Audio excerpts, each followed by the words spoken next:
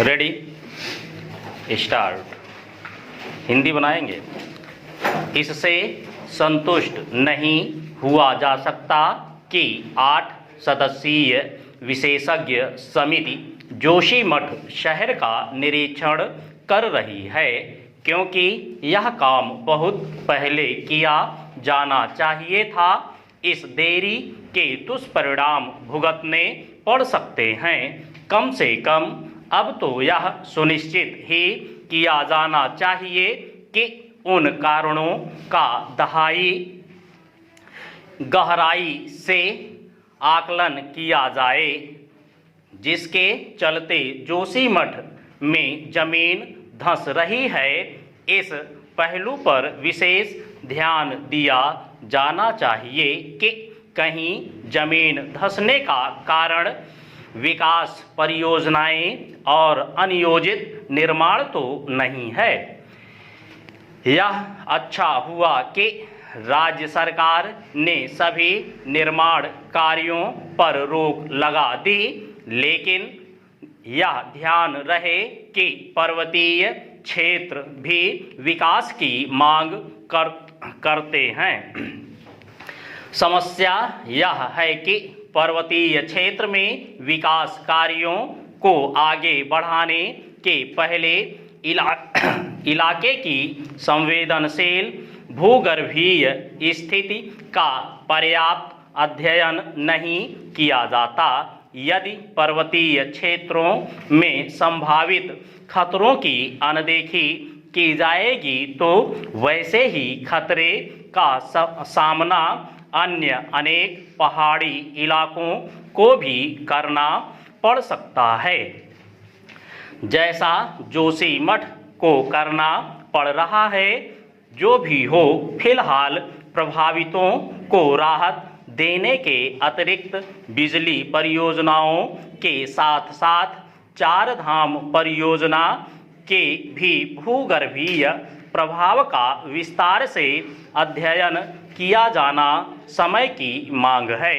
जोशीमठ में जो कुछ हो रहा है उससे देश के अन्य पर्वतीय इलाकों को भी सावधान हो जाना चाहिए, क्योंकि जिन कारणों से इस शहर के लिए खतरा पैदा हुआ वे कारण अन्यत्र भी हो सकते हैं। यह भी ध्यान रहे कि अन्य पर्वतीय क्षेत्रों में भी अनियोजित विकास हो रहा है। हल्द्वानी के बाद उत्तराखंड का जोशीमठ शहर अप्रिय कारणों से देश का ध्यान अपनी ओर खींच रहा है। चीन की सीमा से लगे चमोली जिले का जोशीमठ किस तरह गंभीर खतरे का सामना कर रहा है, इसका पता इससे चलता है कि भूमि के धंसने और उसके चलते घरों के दरकने के कारण लोगों को अन्यत्र रहने के लिए विवश होना पड़ रहा है। चूंकि घरों में दरारें पड़ने का सिलसिला तेज होता जा रहा है, इसलिए करीब 25,000 की आबादी वाले जोशीमठ के निवासियों की चिंता और दहशत बढ़ती जा रही है। इसकी भरी पूरी आशंका है कि आने वाले दिनों में स्थिति और गंभीर होगी तथा इस भयंकर ठंड से अन्य अनेक लोगों को उनके घरों से निकालकर सुरक्षित स्थान पर ले जाना पड़ेगा। अच्छा होता कि शासन प्रशासन तभी चेतता जब घरों में दरारें पड़ने का सिलसिला प्रारंभ ही हुआ था। दुर्भाग्य से ऐसा नहीं हुआ।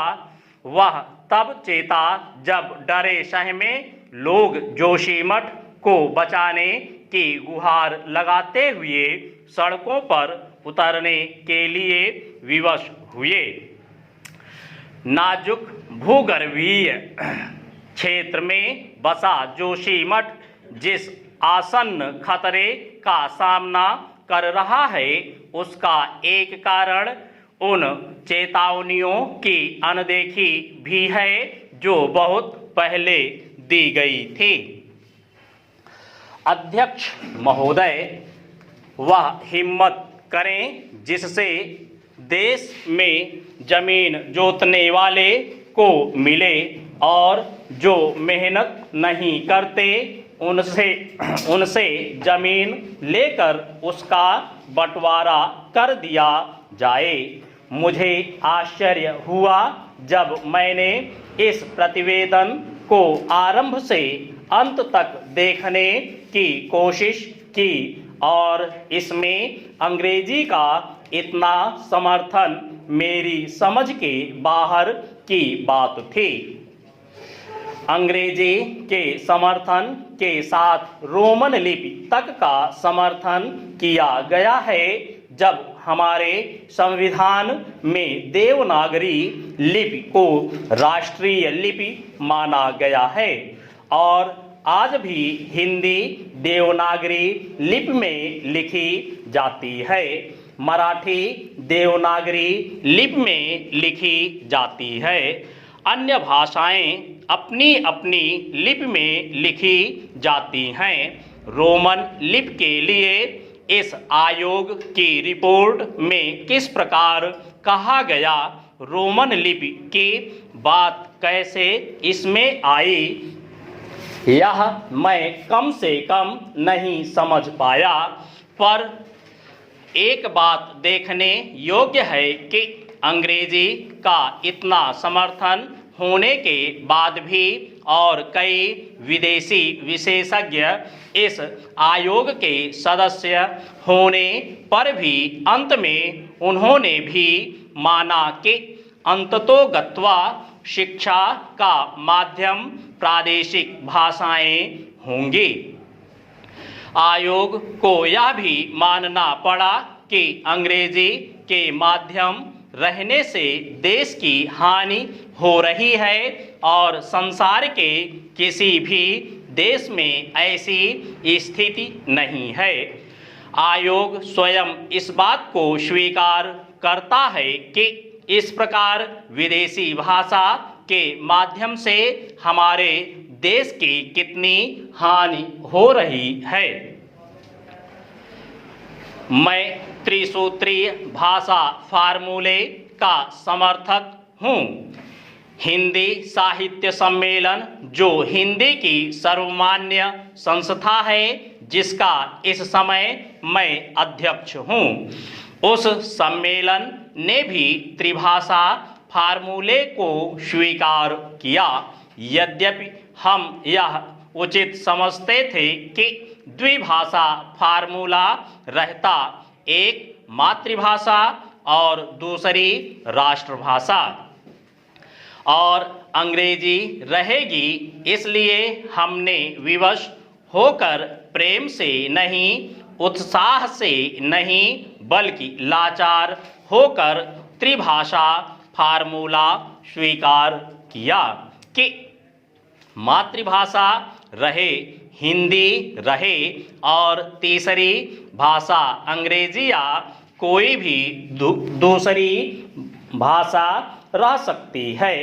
कहा जा सकता है कि हमारे यहाँ अभी स्नातकोत्तर पढ़ाई के लिए पर्याप्त साहित्य नहीं है। बड़ी गलत बात है यह।